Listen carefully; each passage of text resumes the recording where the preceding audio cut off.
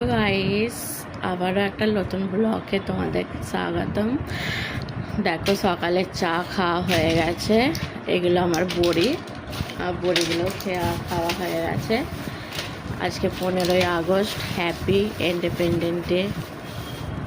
রান্নার জন্য আমি এখন সব কিছু নিয়ে বসেছি, রান্না করার সব কিছু সবজি ফবজিগুলো কেটে জোগাড় করে নেবো। তার তোমরা দেখতে থাকো। দেখো, এটা আমার ওষুধ।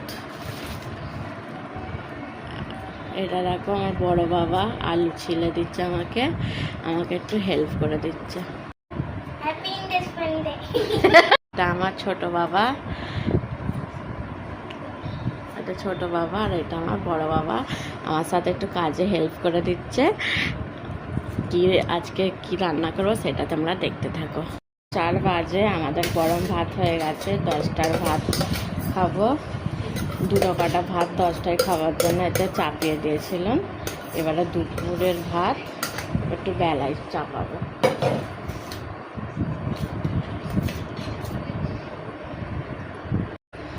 দেখো, তরকারিতে ভাতটা খেয়ে তারপরে আবারও রান্না করবো।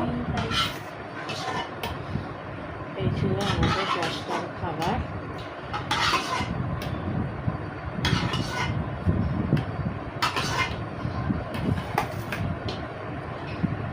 আমাদের 3 মা বেটার এটা 10টার খাবার। আর ভিডিওটা সকাল থেকেই চালু করেছি। প্লিজ তোমাদের ভালো লাগলে আমাদের একটু সাপোর্ট করে দিও, সাবস্ক্রাইব করো। তাহলে বাকি কি রান্না করছে ওটা তোমাদের আর দেখাবো। গ্যাসে আসাম পড়ে গেছে, রান্নার আগে গ্যাসটাকে ভালো করে পরিষ্কার করে মুছে নেবো, তারপরে রান্না চাপাবো। এখানে দেখো, রান্নার জন্য ফারাদ পেঁয়াজগুলো কুচিয়ে দিচ্ছে। এখানে শাকটা সেদ্ধ করবো। শাকটা কাটা হয়ে গেছে। এখানে আলু দিয়ে মাংস দিয়ে রান্না করবো, তোমরা দেখতে থাকো। দুধটা এখনো ফোটানো হয় না, দুধ দিয়ে গেছে। থালাগুলো ধুয়ে ফেলেছি। 10টা খাওয়া দাওয়া করে থালা ধুয়ে ফেলেছি। এখানে আমি কড়া চাপিয়ে দিয়েছি রান্না করার জন্য। দেখো, দুধটা আমাকে ঢেলে দিচ্ছে, আমি দুধটা ফুটিয়ে দেবো। দুধটা ঢালা হয়ে গেলে পড়ে যাবে দুধটা, আর একটু নিচু করো।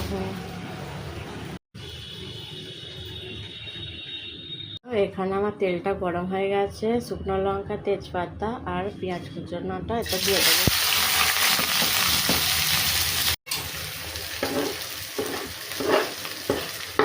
এটা আমার চপিং বোর্ড। দেখো, আমি দুধটা এদিকে ফুটিয়ে নেবো। দুধ ফুটানো হয়ে গেলে মাংসের জন্য আলুটাও ভেজে নেবো, তোমরা দেখতে থাকো। দেখো, খাসির মাংসটা আমি এবার এতে দিয়ে দেবো।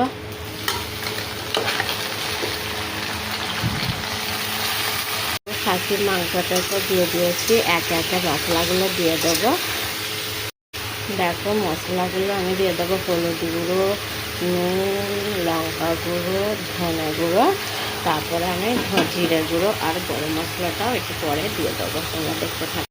তো আলু কাটাটাতে আমি হলুদ গুঁড়ো মাখিয়ে নেবো। তো তেল আমার গরম হয়ে গেছে, আলুগুলো আমি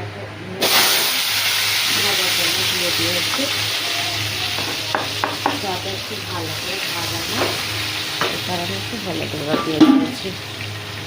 দেখো, এখানে আমি আলুটা ভেজে নিচ্ছি ভালো করে। আলুটা ভাজা হয়ে গেলে আর এই পিঠাটা আমার তখন মাংসটাতে মশলা দিয়ে ভালো করে কষিয়ে নেবো, তারপরে ভাজা আলুটা দিয়ে দেবো।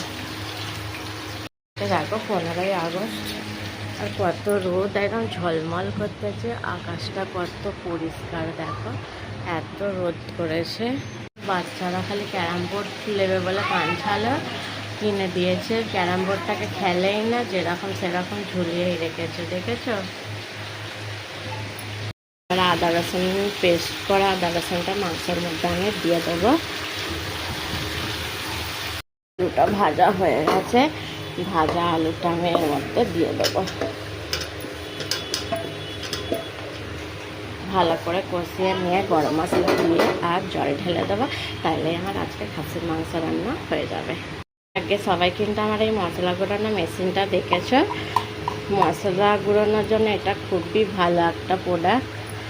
দেখো গরম মশলাটা আমি দিয়ে দিচ্ছি। এখানে দেখো একটা কাঁচা বাদাম নিয়ে গাড়ি এসেছে। এই বাদামটা শুধু বর্ষাতে পাওয়া যায়। খাসির মাংসের কুরমা বানিয়েছি, কত সুন্দর দেখো ফাইনাল লুকটা। এটা খাসির মাংসের কুরমা, আর এটা এখানে খাসির মাংসটা জাল দিয়ে দিচ্ছি। জলগুলো ঝাল দেওয়া হয়ে গেছে, আর এখানে আমার ভাত তরকারি সব হচ্ছে। দেখো এগুলো পরিষ্কার করা হয়ে গেছে। এই ময়লাগুলো তুলে ক্যাচড়ার বালতিতে আমি ফেলে দেবো। ময়লাগুলো ক্যাচড়ার বালতিতে ফেলে দিয়ে ঘর ফল মুছে তারপরে আমি চান করে নেবো। তাহলে আমার সকালে কী কী করবো তোমার সাথে এটা শেয়ার করবো। দেখো ক্যাচড়াগুলো এতে ফেলে দেবো। এখানে দেখো আমার একটা কুমড়োর চারা হয়েছে দুটো। এটা আমার কে ফল আর ড্রাগন ফল গাছটা আমি কেটে দিয়েছি। আর দেখো বাচ্চা দুটো দেখো এখানে। দেখো আমার রান্নাঘর আমি পরিষ্কার করা হয়ে গেছে। এখানে তরকারি আর ভাতটা হচ্ছে। এখানে শাকটা আমি ভিজিয়ে রেখেছি যাতে বালিগুলো চলে যায়। এবার আমি চান করার প্রস্তুতি নেব। দেখো এখানে ফারহাদ একটু একটা পতাকা আঁকছে। দেখো আমি শুকনো লঙ্কা 4টে নিয়ে নিয়েছি শাক ছানার জন্য, সেটা পুড়িয়ে নেবো। আর এখানে দেখো আমার শাকটা সিদ্ধ করতে দিয়ে দিয়েছি, আর একটা পেঁয়াজ কেটে